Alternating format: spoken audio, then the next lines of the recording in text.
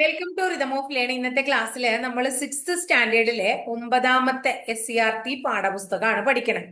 അപ്പൊ ഇതില് ഭരണഘടനയ്ക്ക് ഒരു മുഖവുര എന്ന് പറയുന്നതാണ് ആ ചാപ്റ്ററിന്റെ പേര്. ഇതിൽ എങ്ങനെയാണ് ഓരോ രാജ്യങ്ങളിലും ഭരണഘടന ഉണ്ടായേക്കണേ, ഭരണഘടനയുമായിട്ട് റിലേറ്റഡ് ആയിട്ടുള്ള കുറച്ച് അത്യാവശ്യം കാര്യങ്ങൾ, ഭരണഘടനയുടെ പലതരത്തിലുള്ള ഭരണഘടന, നമ്മള് ലിഖിത ഭരണഘടന അങ്ങനെയൊക്കെ പറഞ്ഞിട്ട് നമ്മൾ പഠിച്ചിട്ടുണ്ട് അല്ലെ. അപ്പൊ അതൊക്കെ ഞാൻ മുമ്പ് പഠിപ്പിച്ചെന്നുണ്ട്. അതില് നമ്മൾ അറിയാത്ത കുറച്ച് കാര്യങ്ങൾ എന്തൊക്കെയാണെന്ന് വെച്ചാൽ അത് മനസ്സിലാക്കുക എന്നുള്ളതാണ്. അപ്പൊ ഇവിടെ ഭരണഘടന എന്താണെന്ന് പറയുന്നുണ്ട്. ഈ ബോക്സിൽ നോക്കി നോക്കൂ. ഒരു രാഷ്ട്രത്തിലെ ഗവൺമെന്റിന്റെ സംഘാടനത്തിനും പ്രവർത്തനത്തിനും ആവശ്യമായ അടിസ്ഥാന നിയമങ്ങൾ, തത്വങ്ങൾ, വ്യവസ്ഥകൾ എന്നിവ അടങ്ങിയ ആധികാരിക രേഖയ്ക്ക് വിളിക്കുന്ന പേരാണ് എന്ത്? ഭരണഘടന. എന്താണ്? ഒരു രാഷ്ട്രത്തിലെ ഗവൺമെന്റിന്റെ, ഒരു ഗവൺമെന്റ് രൂപീകരിക്കൂലോ, ആ ഗവൺമെന്റ് രൂപീകരിക്കാനായിട്ട്, ആ ഗവൺമെന്റിന്റെ പ്രവർത്തനങ്ങൾക്ക് ആവശ്യമായിട്ടുള്ള അടിസ്ഥാന നിയമങ്ങൾ രൂപീകരിക്കാനായിട്ട്, അവയുടെ തത്വങ്ങള്, വ്യവസ്ഥകള് എന്നിവയൊക്കെ അടങ്ങുന്ന ആധികാരിക രേഖയ്ക്ക് നമ്മൾ എന്ത് വിളിക്കുന്നു എന്നാ പറയണേ? എന്താ വിളിക്കണേ? നമ്മുടെ ഭരണഘടന എന്ന് വിളിക്കുന്നു എന്ന് പറഞ്ഞു.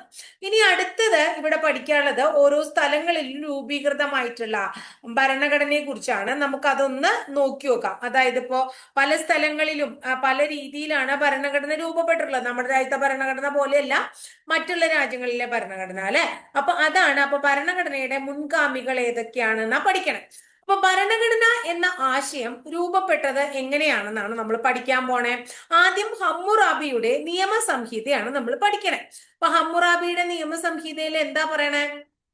ലോകത്തിലെ ഏറ്റവും പഴക്കം ചെന്ന നിയമസംഹിതകളിൽ ഒന്നാണ്, ലോകത്തിലെ ഏറ്റവും പഴക്കം ചെന്ന നിയമസംഹിതകളിൽ ഒന്നാണ് പുരാതന ബാബിലോണിയയിലെ ഭരണാധികാരിയായിരുന്ന ഹമ്മുറാബിയുടെ നിയമസംഹിത. ക്ലിയർ ആയോ? ലോകത്തിൽ ഏറ്റവും പഴക്കം ചെന്ന നിയമസംഹിത ഏതാന്ന് ചോദിച്ചാൽ പുരാതന ബാബിലോണിയയിലെ ഭരണാധികാരിയായിരുന്ന ഹമ്മുറാബിയുടെ നിയമസംഹിതയാണ് എന്ന് നമ്മൾ പറയണം. ഒരു രാജ്യത്തിന്റെ അടിസ്ഥാന നിയമങ്ങളെ ധിക്കരിക്കാൻ ആർക്കും അധികാരമില്ല എന്ന് ഈ നിയമസംഹിത അനുശാസിക്കുന്നു. അടുത്ത നമ്മൾ മാഗ്ന കാർട്ടയെ കുറിച്ചാണ് പറയുന്നത്. നമ്മൾ പലയിടത്തും മാഗ്ന കാർട്ട എന്ന് കേട്ടിട്ടുണ്ട്. പലർക്കും എന്താണ് മാഗ്ന കാർട്ട എന്ന് അറിയില്ല. ഇംഗ്ലണ്ടിലെ ജനങ്ങൾ രാജാക്കന്മാരുടെ ഏകാധിപത്യത്തില് വീർപ്പുമുട്ടിയിരിക്കുകയായിരുന്നു. ഇതിനെതിരെ 1215, വർഷം പ്രധാനമാണ് 1215, ജോൺ രാജാവിനെ തടഞ്ഞുവെച്ച് ജനങ്ങൾ ഒപ്പുവെപ്പിച്ച പ്രമാണത്തിന്റെ പേരാണ് മാഗ്ന കാർട്ട. ക്ലിയർ ആയോ? അതായത് ഇംഗ്ലണ്ടിലെ ജനങ്ങൾ 1215 ജോൺ രാജാവിനെ തടഞ്ഞുവെച്ച് ഒപ്പുവെച്ച പ്രമാണത്തിന്റെ പേരാണ് മാഗ്ന കാർട്ട എന്നത്. രാജാവും ഭരണകൂടവും നിയമത്തിന് അതീതരല്ല എന്നാണ് ഇത് വ്യക്തമാക്കുന്നത്. മനുഷ്യാവകാശങ്ങളുടെ ചരിത്രത്തിലെ നാഴികക്കല്ലായി നമ്മൾ മാഗ്ന കാർട്ടയെ കണക്കാക്കുന്നു. അപ്പൊ മനുഷ്യാവകാശങ്ങളുടെ, ഹ്യൂമൻ റൈറ്റിന്റെ ചരിത്രത്തിലെ എന്താണ് നാഴികക്കല്ലായി കണക്കാക്കുന്നത്? എന്തിനെയാണ്? മാഗ്ന കാർട്ടയെയാണ് എന്ന് ഓർത്തു വെക്കാം. അടുത്തത് ഇവിടെ എന്താ പറയണേ? മഹത്തായ വിപ്ലവത്തെ കുറിച്ചാ പറയണേ. അപ്പൊ 17ാം നൂറ്റാണ്ടില് ഇംഗ്ലണ്ടിൽ പാർലമെന്റിന്റെ താല്പര്യങ്ങൾക്ക് വിരുദ്ധമായി പ്രവർത്തിച്ച രാജാക്കന്മാരും പാർലമെന്റും തമ്മിൽ നിരവധി സംഘർഷങ്ങൾ ഉണ്ടായി. അതിലെ പ്രധാനപ്പെട്ടതാണ് 1688 മഹത്തായ വിപ്ലവം. രാജാവിന്റെ സ്വേച്ഛാധിപത്യം അവസാനിപ്പിക്കാനും പാർലമെന്റിന്റെ അധികാരം വർദ്ധിപ്പിക്കാനും ഈ വിപ്ലവത്തിലൂടെ കഴിഞ്ഞു. ഈ രാജാധികാരം പാർലമെന്റിന്റെ നിയന്ത്രണങ്ങൾക്ക് വിധേയമാവുകയും ചെയ്തു. ഇംഗ്ലണ്ടിൽ പാർലമെന്റിന് അധികാരം നൽകുന്ന ഭരണഘടനാ രൂപീകരണത്തിന് ഇത് വഴിയൊരുക്കി. അപ്പൊ ഇംഗ്ലണ്ടിൽ പാർലമെന്റ് അധികാരം നൽകുന്ന ഭരണഘടനാ രൂപീകരണത്തിന് വഴിയൊരുക്കിയത് 1688 മഹത്തായ വിപ്ലവമാണ്. അപ്പൊ ഇന്ത്യൻ ഭരണഘടന രൂപീകരിക്കുന്നതിൽ പങ്കുവഹിച്ചത് നമ്മൾ ബ്രിട്ടീഷുകാരോടുള്ള യുദ്ധവും അതിനുശേഷം ബ്രിട്ടീഷുകാരെ ഇവിടുന്ന് പറഞ്ഞയച്ച് നമ്മുടെ എന്താണ് നിയമനിർമ്മാണ സഭയുടെ രൂപീകരണമൊക്കെ ആവും നമ്മൾ പഠിച്ചിട്ടുണ്ട്. അതുപോലെ തന്നെ ഇംഗ്ലണ്ടിൽ പാർലമെന്റിന്റെ അധികാരത്തിന് കാരണമായത് 1688 എന്താണ് മഹത്തായ വിപ്ലവമാണ്. ഇനി അമേരിക്കയിൽ എന്താ ഒരു ഭരണഘടനയ്ക്ക് രൂപീകരമാവാൻ കാരണമായത്? ബ്രിട്ടന്റെ അധീനതയിലായിരുന്ന 13 വടക്കേ അമേരിക്കൻ കോളനികൾ ബ്രിട്ടന്റെ തെറ്റായ നയങ്ങൾക്കെതിരെ പോരാട്ടം നടത്തി 1776 ഈ കോളനികൾ നടത്തിയ പ്രഖ്യാപനത്തെയാണ് അമേരിക്കൻ സ്വാതന്ത്ര്യ പ്രഖ്യാപനം എന്ന് വിളിക്കുന്നത്. ഗവൺമെന്റിനെ നീക്കം ചെയ്യാൻ ജനങ്ങൾക്ക് അധികാരമുണ്ട് എന്ന് ബോധ്യപ്പെടുത്താൻ ഈ പ്രഖ്യാപനത്തിലൂടെ കഴിഞ്ഞു. ലോകത്തിലെ ആദ്യത്തെ എഴുതപ്പെട്ട ഭരണഘടനയായ അമേരിക്കൻ ഭരണഘടനയുടെ രൂപീകരണത്തിനും ഇത് കാരണമായി. അപ്പൊ 1776 അമേരിക്കൻ സ്വാതന്ത്ര്യ പ്രഖ്യാപനം നടന്നു. ഇതാണ് എന്തിന് കാരണമായത്? ലോകത്തിലെ ആദ്യത്തെ എഴുതപ്പെട്ട ഭരണഘടനയായ അമേരിക്കൻ ഭരണഘടനയുടെ രൂപീകരണത്തിന് കാരണമായത്. അപ്പൊ ലോകത്തിലെ ആദ്യ എഴുതപ്പെട്ട ഭരണഘടന അമേരിക്കൻ ഭരണഘടന. അമേരിക്കൻ ഭരണഘടനയുടെ രൂപീകരണത്തിന് കാരണമായത് എന്ത്? 1776 അമേരിക്കൻ സ്വാതന്ത്ര്യ പ്രഖ്യാപനമാണ് അതിന് കാരണമായത് എന്ന് മനസ്സിലാക്കുക. എന്താണ്? അമേരിക്കൻ സ്വാതന്ത്ര്യ പ്രഖ്യാപനമാണ് അതിന് കാരണമായത്. ഇനി നമ്മൾ അടുത്ത എന്താ പഠിക്കാൻ പോണേ? ഫ്രഞ്ച് വിപ്ലവം. അപ്പൊ ഫ്രഞ്ച് വിപ്ലവത്തിന്റെ മുദ്രാവാക്യമാണ് സ്വാതന്ത്ര്യം, സമത്വം, സാഹോദര്യം എന്നീ മുദ്രാവാക്യങ്ങൾ ഉയർത്തി ഫ്രഞ്ച് ജനത 1789 നടത്തിയ വിപ്ലവമാണ് ഫ്രഞ്ച് വിപ്ലവം. രാജ്യാധികാരത്തിന് എതിരെ ജനങ്ങളുടെ പരമാധികാരം എന്ന ആശയം അംഗീകരിക്കപ്പെട്ടത് ഈ വിപ്ലവത്തിലൂടെയാണ്. അപ്പൊ രാജാധികാരം പോയി എന്തു വന്നു? ജനങ്ങളുടെ പരമാധികാരം ഈ വിപ്ലവത്തിലൂടെ വന്നു. ഇതോടെ ഫ്രാൻസിൽ ഒരു ഭരണഘടന രൂപീകരിച്ചു. അപ്പൊ ഫ്രാൻസിൽ ഭരണഘടന രൂപീകരിക്കാൻ കാരണമായത് 1789 വിപ്ലവമാണ്. ഇതോടെ ഫ്രാൻസിന്റെ ഒരു ഭരണഘടന രൂപപ്പെടുകയും രാജാവിന്റെ അധികാരങ്ങൾ ഭരണഘടനയ്ക്ക് വിധേയമാക്കപ്പെടുകയും ചെയ്തു ട്ടോ. അപ്പൊ അങ്ങനെയാണ് ഫ്രഞ്ച് വിപ്ലവവും അല്ലെങ്കിൽ ഫ്രഞ്ച് ഭരണഘടന രൂപപ്പെടാൻ കാരണമായതെന്ന് മനസ്സിലാക്കുക. ഇനി പലതരം ഭരണഘടനകൾ ഉണ്ട്. അത് എങ്ങനെ എന്ന് മനസ്സിലാക്കാം. ഭരണഘടനയെ അവയുടെ സ്വഭാവം, അതുപോലെ മാറ്റം വരുത്തുന്നതിനുള്ള പ്രക്രിയ, രൂപം കൊണ്ട രീതി എന്നിങ്ങനെ പലതായിട്ട് തരംതിരിക്കാം. ഭരണഘടനയെ പ്രധാനമായിട്ടും ഒന്ന്, അത് എങ്ങനെയാണ് ഭരണഘടനയുടെ സ്വഭാവം, എങ്ങനെയാണ് മാറ്റം വരുത്താനുള്ള പ്രക്രിയ, എങ്ങനെയാണ് രൂപം കൊണ്ട രീതി, എങ്ങനെയാണ്, അങ്ങനെ പ്രധാനമായിട്ട് 3ആയി തരംതിരിച്ചു. സ്വഭാവത്തിനനുസരിച്ച് ഭരണഘടനയുടെ ക്യാരക്ടർ അനുസരിച്ച് ഭരണഘടനയെ ലിഖിത ഭരണഘടന എന്നും അലിഖിത ഭരണഘടന എന്നും 2ആയി തിരിക്കാം. ലിഖിത ഭരണഘടന എന്ന് പറഞ്ഞാൽ റിട്ടൺ കോൺസ്റ്റിറ്റ്യൂഷൻ, അലിഖിതം എന്ന് പറഞ്ഞാൽ അൺറിട്ടൺ കോൺസ്റ്റിറ്റ്യൂഷൻ. മാറ്റം വരുത്തുന്നതിനുള്ള പ്രക്രിയ അനുസരിച്ച് ദൃഢമായത്, റിജിഡും ഫ്ലെക്സിബിളും, ദൃഢമായത് എന്നും അയവുള്ളത് എന്നും നമുക്ക് എന്താ 2ആയിട്ട് തിരിക്കാം. രൂപം കൊണ്ട രീതി അനുസരിച്ച് നടപ്പിലാക്കിയത് എന്നും പരിണമിച്ചത് എന്നും വീണ്ടും നമുക്ക് 2ആയി തിരിക്കാം. അപ്പൊ ഭരണഘടനയെ സ്വഭാവം, മാറ്റം വരുത്തുന്നതിനുള്ള പ്രക്രിയ, രൂപം കൊണ്ട രീതി എന്നിവയുടെ അടിസ്ഥാനത്തിൽ പലതായി തിരിക്കുന്നു. സ്വഭാവത്തിനനുസരിച്ച് ലിഖിതം അലിഖിതം എന്നും, മാറ്റം വരുത്തുന്നതിനുള്ള പ്രക്രിയ അനുസരിച്ച് ദൃഢമായത് അയവുള്ളത് എന്നും, രൂപം കൊണ്ട രീതി അനുസരിച്ച് നടപ്പിലാക്കിയത് പരിണമിച്ചത് എന്നും തിരിക്കാം. ഇനി ഇത് ഓരോന്നും എന്താണെന്ന് പറയുന്നു. ലിഖിത ഭരണഘടന ഒരു രാഷ്ട്രത്തിന്റെ അടിസ്ഥാന തത്വങ്ങളും നിയമങ്ങളും വ്യവസ്ഥാപിതമായ രീതിയിൽ എഴുതി തയ്യാറാക്കി പുസ്തക രൂപത്തിൽ ക്രോഡീകരിച്ചാൽ അതിനെ ലിഖിത ഭരണഘടന എന്ന് പറയുന്നു. ഇന്ത്യയുടെ ഭരണഘടന, അമേരിക്കൻ ഭരണഘടന എന്നിവ എഴുതപ്പെട്ട ഭരണഘടനകളാണ്. ഒരു രാഷ്ട്രത്തിന്റെ അടിസ്ഥാന തത്വങ്ങളും നിയമങ്ങളും വ്യവസ്ഥാപിതമായി എഴുതപ്പെടാത്തതും പുസ്തക രൂപത്തിൽ ക്രോഡീകരിക്കപ്പെടാത്തതുമാണ് അലിഖിത ഭരണഘടന. ഉദാഹരണം UK, ന്യൂസിലൻഡ് എന്നിവയുടെ എഴുതപ്പെട്ടിട്ടുള്ളതല്ല. പുസ്തക രൂപത്തിൽ എഴുതിയാൽ അതിനെ റിട്ടൺ എന്നും, പുസ്തക രൂപത്തിൽ വന്നിട്ടില്ലെങ്കിൽ അതിനെ നമ്മൾ അലിഖിതം എന്നും പറയുന്നു. ലിഖിതത്തിന് ഉദാഹരണമാണ് അമേരിക്കയുടെയും ഇന്ത്യയുടെയും, അൺറിട്ടൺ ഉദാഹരണമാണ് UKയുടെയും ന്യൂസിലൻഡിന്റെയും. അടുത്ത ദൃഢമായ ഭരണഘടന, മാറ്റം വരുത്തുക, അതായത് ഭേദഗതി ചെയ്യുക, അത് കർക്കശമായ നടപടിക്രമങ്ങൾ ആവശ്യമുള്ളത്. ഭയങ്കര നടപടിക്രമങ്ങളിലൂടെ മാത്രം മാറ്റം വരുത്താൻ പറ്റുന്നത് ദൃഢമായ ഭരണഘടന. അമേരിക്കൻ ഐക്യനാടുകളുടെ, USA-യുടെ, ഓസ്ട്രേലിയയുടെ ഒക്കെ ഒത്തിരി ദൃഢമായതാണ്.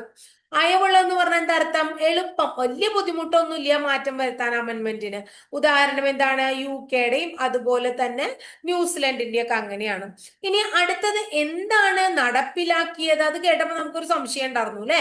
ഭരണഘടനാ നിയമനിർമ്മാണ സഭയുടെയോ കൗൺസിലിന്റെയോ രൂപീകരണ ശേഷം എഴുതി തയ്യാറാക്കി പ്രാബല്യത്തിൽ വരുത്തിയതാണ് നടപ്പിലാക്കിയത്. അപ്പൊ നമ്മുടെ അങ്ങനെയാണ് അല്ലെ. എന്താണ്? നമ്മളെ ഒരു ഭരണഘടനാ നിയമനിർമ്മാണ സഭയുടെ സഹായത്തോടു കൂടിയിട്ടാണ്. അപ്പൊ അമേരിക്കയുടെയും ഇന്ത്യയുടെയും അങ്ങനെയാണ്. ക്രമേണ മാറ്റങ്ങളുടെ ഫലമായി രൂപപ്പെട്ട ഭരണഘടന കരാറുകൾ, അതുപോലെ വിധിന്യായങ്ങൾ, നിയമങ്ങൾ, സമ്പ്രദായങ്ങൾ എന്നീ രൂപത്തിലും വ്യവസ്ഥകളിലും വഴക്കങ്ങളിലും ഇത് ഉൾപ്പെടുന്നു. ഏത്? പരിണമിച്ചത്. ഉദാഹരണം UK-യുടെയും കാനഡയുടെയും. അപ്പൊ UK-യുടെയും കാനഡയുടെയും പരിണമിച്ചതാണ്. എങ്ങനെയാണ്? ക്രമേണയുള്ള മാറ്റങ്ങളുടെ ഫലമായി രൂപപ്പെട്ട ഭരണഘടനയാണ് പരിണമിച്ച ഭരണഘടന. അതായത് കരാറുകള്, വിധിന്യായങ്ങള്, നിയമങ്ങള്, സമ്പ്രദായങ്ങൾ എന്നീ രൂപത്തിലുള്ള വ്യവസ്ഥകളും വഴക്കങ്ങളും ഏതിൽ ഉൾപ്പെടുന്ന പറയണേ? പരിണമിച്ച ഭരണഘടനയിൽ പെടും. അതിന് ഉദാഹരണം ആരാണ്?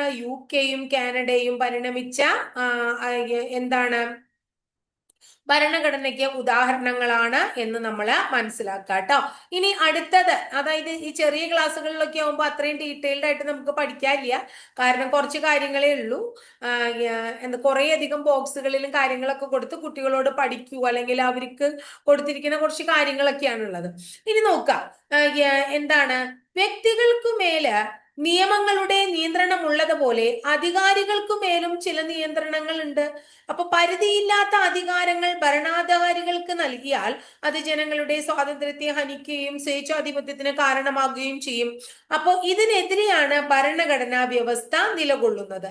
ഗവൺമെന്റിന്റെ അധികാരങ്ങളെ ഭരണഘടനാപരമായി പരിമിതപ്പെടുത്തുന്ന രാഷ്ട്രീയ ക്രമമാണ് ഭരണഘടനാ വ്യവസ്ഥ എന്ന് പറയുന്നത്. എന്താണ് ഭരണഘടനാ വ്യവസ്ഥ? ഗവൺമെന്റിന്റെ അധികാരങ്ങളെ, ഗവൺമെന്റ് എന്തൊക്കെ അധികാരമുണ്ടോ അതിനെ ഭരണഘടനാപരമായി പരിമിതപ്പെടുത്തുന്ന പ്രക്രിയയാണ്, ആ രാഷ്ട്രീയ ക്രമമാണ് ഭരണഘടനാ വ്യവസ്ഥ.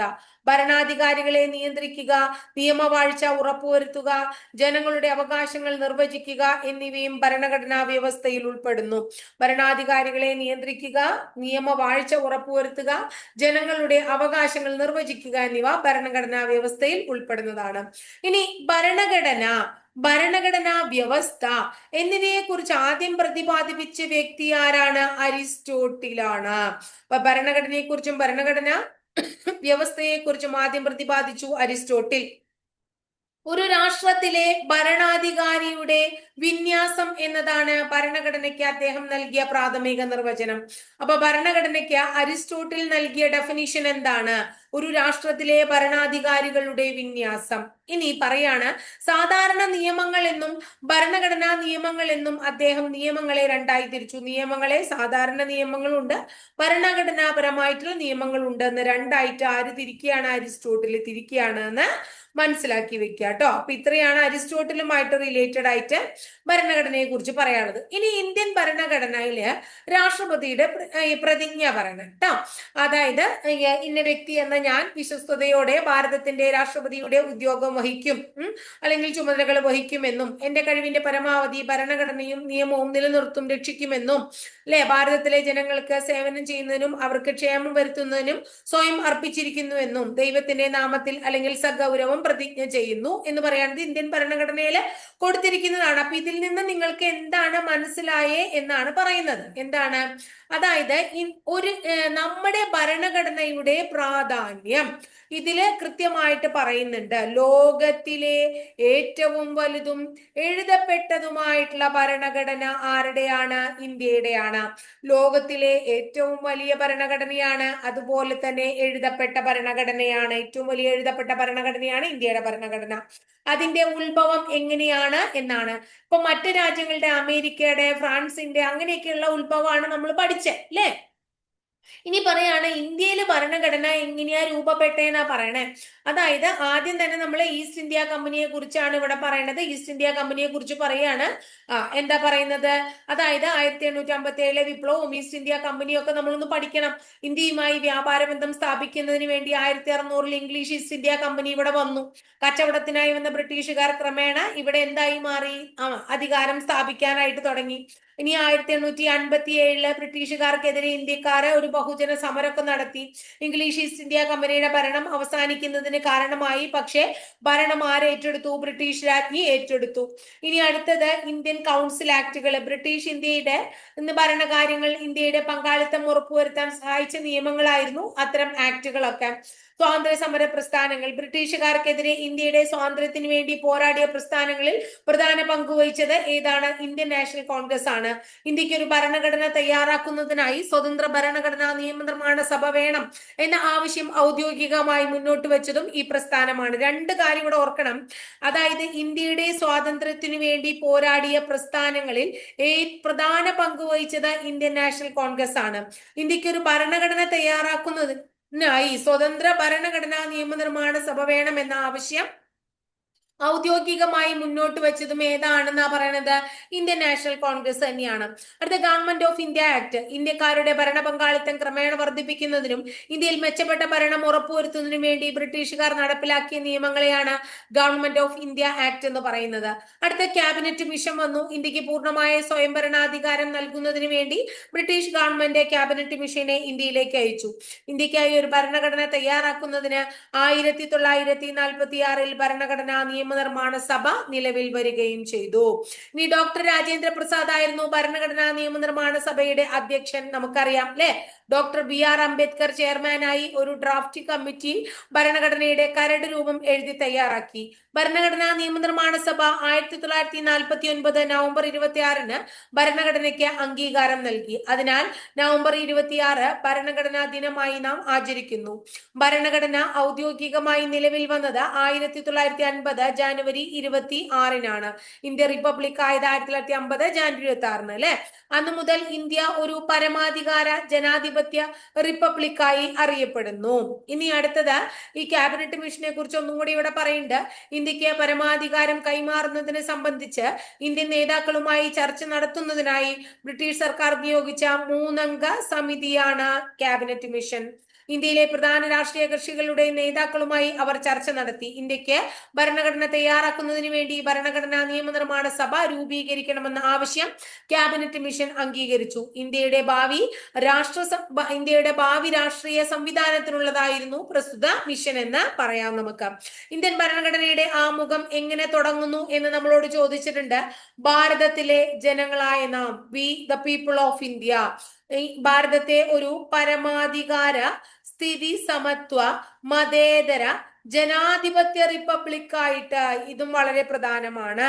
ഇനി ഇത് നമ്മൾ നോക്കുമ്പോൾ ഇതിൽ നോക്കിയ ഇന്ത്യൻ ഭരണഘടനയുമായിട്ട് റിലേറ്റഡ് ആയിട്ടുള്ള ആമുഖമാണ്, വളരെ ഇമ്പോർട്ടന്റ് ആണ്. ഇതിൽ ഒരേ ഒരു ഡേറ്റ് മാത്രമേ ഉള്ളൂ, 1949 നവംബർ 26. ഭരണഘടനയില് നമ്മുടെ ആമുഖത്തിലുള്ള ഒരേ ഒരു തീയതി എന്താണെന്നും പരീക്ഷയ്ക്ക് ചോദിച്ചിട്ടുണ്ട് കേട്ടോ, വളരെ ഇമ്പോർട്ടന്റ് ആണ്. ഇനി അപ്പോ ഇന്ത്യൻ ഭരണഘടനയുടെ ലക്ഷ്യങ്ങളും അതുപോലെ തന്നെ ആശയങ്ങളും, ഭരണഘടനയുടെ പ്രധാന ആശയങ്ങൾ, മൂല്യങ്ങള്, കാഴ്ചപ്പാടുകള് ഒക്കെ പ്രതിഫലിക്കുന്നത് ആമുഖത്തിലാണ്. സ്വാതന്ത്ര്യ സമര കാലഘട്ടത്തിൽ ഇന്ത്യക്കാർ ആഗ്രഹിക്കുകയും സ്വപ്നം കാണുകയും ചെയ്ത ആശയങ്ങളും പൂർത്തീകരണ മാർഗരേഖയാണ് നമ്മുടെ ഭരണഘടന. രാഷ്ട്രത്തിന്റെ അധികാരം ഉത്ഭവിക്കുന്നത് ജനങ്ങളിൽ നിന്നാണെന്ന് ഭരണഘടന വിഭാവനം ചെയ്യുന്നു. രാഷ്ട്രത്തിന്റെ സ്വഭാവം, ഭരണഘടനയുടെ ലക്ഷ്യങ്ങൾ, ഭരണഘടന അംഗീകരിക്കപ്പെട്ട തീയതി എന്നിവയും ആമുഖത്തിൽ പ്രതിപാദിച്ചിട്ടുണ്ട്. എന്താണ് നമ്മുടെ രാഷ്ട്രത്തിന്റെ സ്വഭാവം, ഭരണഘടനയുടെ ലക്ഷ്യങ്ങൾ എന്താണ്, ഭരണഘടന എന്നാണ് അംഗീകരിച്ചത്, ഇതൊക്കെ എവിടെ കൊടുത്തിട്ടുണ്ട്? ആമുഖത്തിൽ കൊടുത്തിട്ടുണ്ട്. ഇന്ത്യൻ ഭരണഘടനയുടെ അടിസ്ഥാന ലക്ഷ്യങ്ങൾ. ഇന്ത്യൻ ഭരണഘടനയുടെ അടിസ്ഥാന ലക്ഷ്യങ്ങളാ പറയണേ: പരമാധികാരം, സ്ഥിതി സമത്വം, മതേതരത്വം, ജനാധിപത്യം, റിപ്പബ്ലിക്. എന്താണ് പരമാധികാരം? ബാഹ്യ ഇടപെടലുകൾക്കോ സമ്മർദ്ദങ്ങൾക്കോ വിധേയമാകാതെ തീരുമാനങ്ങൾ എടുക്കുവാനുള്ള രാഷ്ട്രത്തിന്റെ അധികാരത്തെയാണ് പരമാധികാരം എന്ന് പറയുന്നത്. പറയുന്നത്. എന്താണ് സ്ഥിതി സമത്വം? ഏവർക്കും തുല്യ പദവിയും അവസര സമത്വവും ഉറപ്പുവരുത്തിക്കൊണ്ട് സാമൂഹിക നീതി നിലനിർത്തുന്നതാണ് സ്ഥിതി സമത്വം. അടുത്ത എന്താണ് മതേതരത്വം? രാഷ്ട്രത്തിന് ഔദ്യോഗിക മതമില്ല. വ്യക്തികൾക്ക് ഇഷ്ടമുള്ള മതത്തിൽ വിശ്വസിക്കുന്നതിനും ആചരിക്കുന്നതിനും പ്രചരിപ്പിക്കുന്നതിനും അവകാശമുണ്ട്. രാഷ്ട്രം ഒരു മതത്തോടും വിവേചനം കാണിക്കുന്നില്ല എന്നതാണ് മതേതരത്വം. അടുത്ത എന്താണ് ജനാധിപത്യം? ജനങ്ങളാൽ തിരഞ്ഞെടുക്കപ്പെട്ട പ്രതിനിധികൾ ഭരണം നിർവഹിക്കുന്നു. ഇതിലൂടെ ജനങ്ങൾ പരമാധികാരികൾ ആകുന്നു. എന്താണ് റിപ്പബ്ലിക്? തിരഞ്ഞെടുപ്പിലൂടെ രാഷ്ട്രത്തലവനെ തീരുമാനിക്കുന്ന സംവിധാനമാണ് റിപ്പബ്ലിക്. തിരഞ്ഞെടുപ്പിലൂടെ രാഷ്ട്രത്തലവനെ തീരുമാനിക്കുന്ന സംവിധാനം. ഇന്ത്യയുടെ രാഷ്ട്രത്തലവനായ രാഷ്ട്രപതി തിരഞ്ഞെടുക്കപ്പെടുന്ന വ്യക്തി ആയിരിക്കണം എന്നുള്ളത് നമ്മുടെ ഭരണഘടന അനുശാസിക്കുന്നു. തിരഞ്ഞെടുക്കപ്പെടുന്ന വ്യക്തിയാകണം എന്ന് ആര് പറയുന്നുണ്ട്? ഭരണഘടന പറയുന്നുണ്ട് എന്ന് പറയുന്നു കേട്ടോ. ഇനി അടുത്തത് രാഷ്ട്രം പൗരന്മാർക്ക് ഉറപ്പു നൽകുന്ന നീതി, അതുപോലെ തന്നെ സ്വാതന്ത്ര്യം, അതുപോലെ തന്നെ സമത്വം എന്നിവയെ കുറിച്ചും ആമുഖത്തിൽ കൃത്യമായിട്ട് പ്രതിപാദിക്കുന്നുണ്ട് എന്നാണ് ഇവിടെ പറയുന്നത്. ഇനി മനുഷ്യ സമൂഹത്തിന്റെ വികാസം ചരിത്രം പരിശോധിച്ചാൽ ഭരണഘടനകൾ ആധുനിക കാലഘട്ടത്തിന്റെ ഉൽപ്പന്നമായാണ് കണക്കാക്കുന്നത്. ആധുനിക രാഷ്ട്രങ്ങളുടെ നിലനിൽപ്പിനും സുഗമമായ നടത്തിപ്പിനും പുരോഗതിക്കും ശക്തമായ ഭരണഘടന അത്യാവശ്യമാണ്. രാഷ്ട്ര നിർമ്മാണത്തിന് സഹായകമായ അടിസ്ഥാന നിയമവ്യവസ്ഥ പ്രദാനം ചെയ്യുകയാണ് ഭരണഘടനയുടെ ധർമ്മം. ഭരണഘടന കൃത്യമായി പാലിക്കപ്പെടുമ്പോഴാണ് രാഷ്ട്രത്തിന്റെ സ്വപ്നങ്ങളും പ്രതീക്ഷകളും ഒക്കെ സാക്ഷാത്കരിക്കപ്പെടുന്നത്. ഭരണഘടനയെ പോലെ തന്നെ പ്രധാനപ്പെട്ടതാണ് ഭരണഘടനയുടെ ആമുഖവും. ഭരണഘടനയുടെ ലക്ഷ്യപ്രസ്താവന നടത്തുന്നവയാണ് ആമുഖങ്ങൾ. അതായത് ഒരു ഭരണഘടന എന്താണെന്ന് കൃത്യമായിട്ട് പറയുന്നതാണ് എന്ത്? ആമുഖം. ഇന്ത്യൻ ജനതയുടെ ദൃഢനിശ്ചയം നമ്മുടെ ഭരണഘടനയുടെ ആത്മസത്തായ ആമുഖത്തിൽ നിറഞ്ഞു നിൽക്കുന്നു. രൂപപ്പെട്ട് നിരവധി സംവത്സരങ്ങൾ കഴിഞ്ഞിട്ടും അതേ കരുത്തോടെ ഇന്നും നിലനിൽക്കാൻ നമ്മുടെ ഭരണഘടനയ്ക്ക് സാധിക്കുന്നുണ്ട്. ഇത് ഇന്ത്യൻ ഭരണഘടനയുടെ പ്രധാനപ്പെട്ട സവിശേഷതയായി കണക്കാക്കാം. അപ്പൊ ഇതോടുകൂടി നമുക്ക് എന്ത് കഴിഞ്ഞു? അടുത്ത ചാപ്റ്റർ ആണ് നമുക്ക് പഠിക്കാനുള്ളത്. അപ്പൊ ഇന്ന് 9th ചാപ്റ്റർ, എങ്ങനെയാണ് ഭരണഘടന പല രാജ്യങ്ങളിലും ഉണ്ടായത്, ലോകത്ത് ഭരണഘടന എങ്ങനെയാ ഫോം ചെയ്തത്, ഇന്ത്യൻ ഭരണഘടന എങ്ങനെയാ രൂപീകരിച്ചത്, ഇത്തരം കാര്യങ്ങളാണ് ഇന്നത്തെ ക്ലാസ്സിൽ നമ്മൾ പഠിച്ചത് അല്ലെ. അപ്പോ ടീച്ചറുടെ ക്ലാസ് ഒക്കെ ഇഷ്ടപ്പെടുക, ഒന്ന് ലൈക്ക് ചെയ്യുക, ഇഷ്ടപ്പെട്ട ക്ലാസ്സുകൾ കൂട്ടുകാരിലേക്ക് ഷെയർ ചെയ്യുക. ആദ്യമായിട്ട് ചാനൽ കാണുന്നവർ ഒന്ന് സബ്സ്ക്രൈബ് ചെയ്യാം കേട്ടോ. അതോടൊപ്പം ആ ബെല്ലൈക്കൺ കൂടി ഒന്ന് എനേബിൾ ചെയ്താൽ ഓരോ ദിവസം അപ്ലോഡ് ചെയ്യുന്ന വീഡിയോസ് കൃത്യമായിട്ട് നോട്ടിഫിക്കേഷൻ ആയിട്ട് ലഭിക്കുകയും ചെയ്യും. അടുത്ത ദിവസം മറ്റൊരു ടോപ്പിക്കുമായി നമുക്ക് വീണ്ടും